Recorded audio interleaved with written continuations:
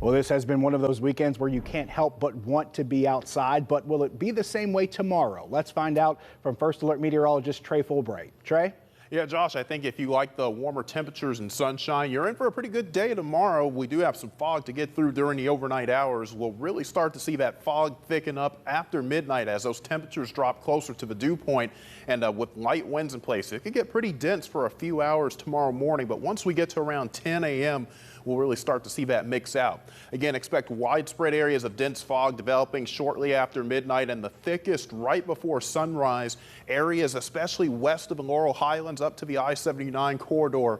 Visibility could be at or under a half a mile, even as low as a quarter of a mile in spots. So do be careful if you're going to be out early in that tomorrow morning. Then we see that mix out, and then the sun takes over the rest of the day with high temperatures that warm back into the low and even mid 80s. 85 a warm spot in Beaver Falls tomorrow afternoon.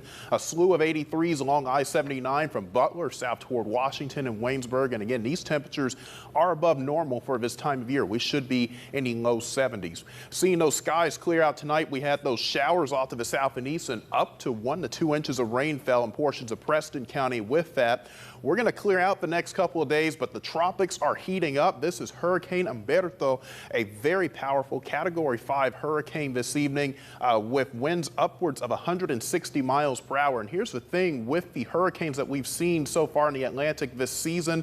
We've had 3 hurricanes, and all 3 had been Category 4 or Category 5 storm. And every year since 2022, we've had at least 1 Category 5 in the Atlantic basin. Now off to the west, this is Tropical Depression number 9, north of Cuba, south of the Bahamas. And while it doesn't look impressive right now, the next couple of days, this system out to the west will become a tropical storm, and it is expected to be named Imelda once it does so. You can see Umberto going way out to sea, and then Imelda just off the southeast coast, but it will be close enough to produce some very heavy rain and potentially some inland flooding for coastal North and South Carolina. The track has shifted a little bit farther to the south today, which may help to alleviate some of those impacts, but that's something we're going to have to watch very closely this week.